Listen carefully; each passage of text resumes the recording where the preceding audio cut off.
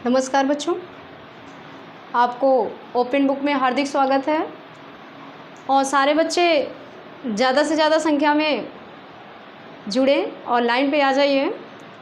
हमें उम्मीद है कि आप लोग बैठ गए होंगे कापी पेन लेकर के।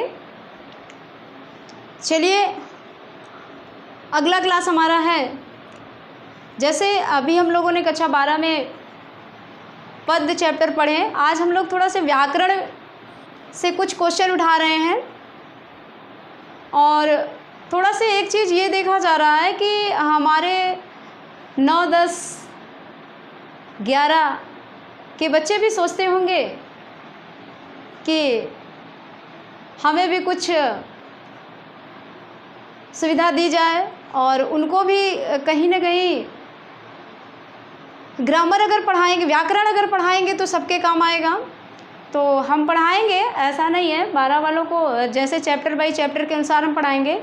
तो उसके थोड़ा से पहला चैप्टर हमारा ख़त्म हो गया, पहला चैप्टर हमने समाप्त कर दिया। पहले चैप्टर के अलावा ये भी उन लोगों के काम आएगा, जैसे कि हम लोगों में कई पार्ट होता है, एक पद पार्ट होता है, गद्य पार्ट होता है, व्याकरण पार्ट होता है और एक संस्कृत पार्ट होता है। तो व्याकरण पार्ट का जो संस्कृत का जो व्याकरण पार्ट है ना, तो उसमें एक शब्द है, जैसे कि अस्मद शब्द, ये अव्यय पद है और ये 9 के लिए भी है, 10 के लिए भी है, 11 के लिए भी है, 12 के लिए भी है।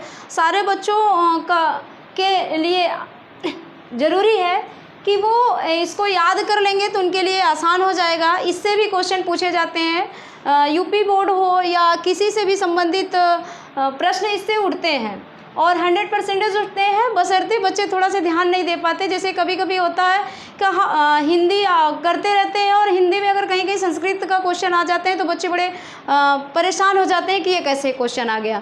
तो चलिए, कक्षा 10 वालों के लिए भी काम आएगा, 11 वालों के लिए भी काम आएगा, 9 वालों के लिए भी काम आएगा और 12 वालों के लिए भी काम आएगा। तो चलिए, आज हम लोग इस रूप को पारायण करते हैं और अच्छे से याद करते हैं, और आप लोग सहयोग करेंगे तो हमें लगेगा कि अच्छा लगेगा क्लास आप लोगों को। तो बच्चों, आप लोग जहाँ तक हो सके साथ दीजिएगा। जैसे हम बोलते हैं, जैसे हम पढ़ते हैं, वैसे आप भी घर में बैठे बैठे बोला करिए और कॉपी पे लेकर बैठा करिए, ताकि आप लिखते चलेंगे, बोलते चलेंगे, पढ़ते चलेंगे तो अच्छा रहेगा। वीडियो भी देखिए, आप वीडियो देखना वो नहीं है, लेकिन आप कितनी बार वीडियो देखेंगे, जितनी बार वीडियो देखेंगे आपको थोड़ा सा फिर ये होगा कि बार बार उसी को हम देखें। थोड़ा सा आप कॉपी में भी नोट कर लेंगे तो अच्छा लगेगा। तो चलिए, हमें उम्मीद है कि सारे बच्चे हमारे लाइन पे आ चुके हैं।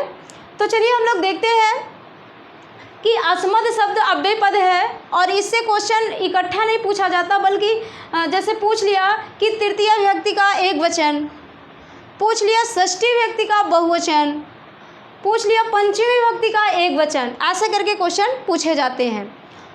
तो चलिए हम लोग थोड़ा सा इस पर अध्ययन करते हैं। एक बार बच्चों साथ दीजिए। ये जैसे विभक्ति है, आपको पता ही होना चाहिए कि इसमें 7 विभक्तियाँ हैं, जैसे प्रथमा, द्वितीया, तृतीया, चतुर्थी, पंचमी, षष्ठी, सप्तमी, संबोधन। फिर उसके बाद इसमें वचन है, एक वचन, द्विवचन, बहुवचन। तो यहाँ से भी क्वेश्चन पूछे जाते हैं। तो 9, 10, 11 वाला 12 वाले बच्चे ध्यान से देखें और ध्यान से पढ़ें। चलिए, इसको हम लोग पढ़ते हैं। एक बार हम बोलेंगे तो एक बार आप लोग भी बोलिएगा। प्रथमा, द्वितीया, तृतीया, चतुर्थी, पंचमी, षष्ठी, सप्तमी, संबोधन। देखिए बच्चों, जब आप लोग साथ देंगे तभी हमें भी अच्छा लगेगा पढ़ाने में। अब ये है बच्चों कि ये प्रथमा, द्वितीया, तृतीया, चतुर्थी, पंचमी, षष्ठी, सप्तमी, संबोधन, ये विभक्ति है और इसको आप लोगों को याद करना होगा। उसके साथ साथ जैसे वचन है तो ऐसे आप लोग याद किए होंगे, जैसे प्रथमा, प्रथमा का जैसे अहम, आवाम, वयम, ऐसे आप लोग पढ़े होंगे, छोटे क्लास में बताया गया होगा। लेकिन जो आज हम आप लोगों को पढ़ाने चल रहे हैं, तो पहले हम लोग एक वचन को पढ़ लेते हैं, फिर द्विवचन को पढ़ते हैं सारी विभक्ति, फिर बहुवचन को सारी विभक्ति पढ़ते हैं। तो एक वचन की सारी विभक्तियों को पहले हम लोग अच्छे से अवलोकन कर लेंगे। तो और बच्चों, आप लोगों को जैसे एक नदिया का पार जो गाना होता है ना, नदिया का पार, नदिया के पार।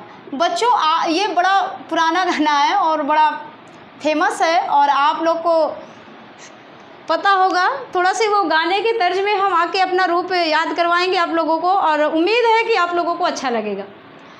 चलिए थोड़ा से साथ दीजिए।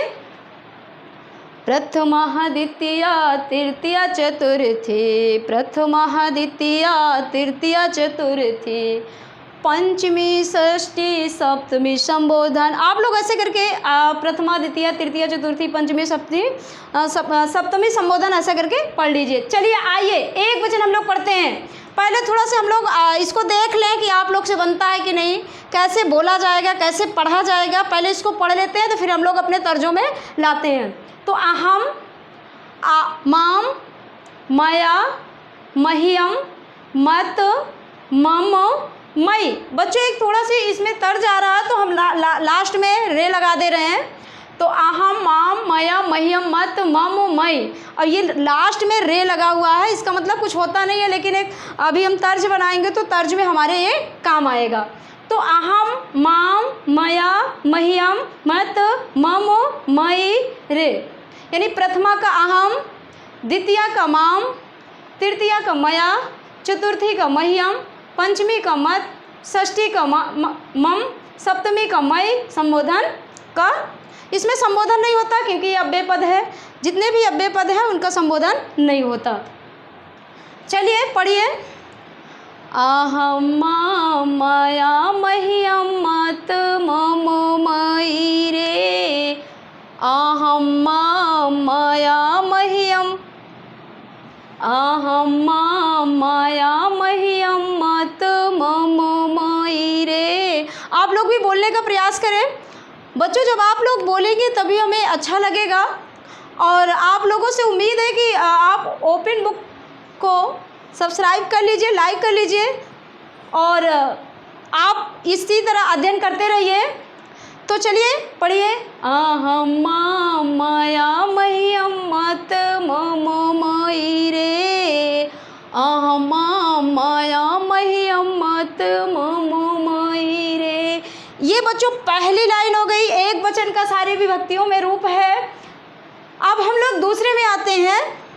आवाम, आवाम, आवाम, आवाम, आवाभ्याम, आवाभ्याम, आवाभ्याम, आवियो, आवियो, वयमस मान अस्मभि अस्मभ्यं, वयम अस्मान अस्मभि अस्मभ्यं, अस्मत् अस्माकं, अस्मत् अस्माकं, अस्मासु अस्मासु।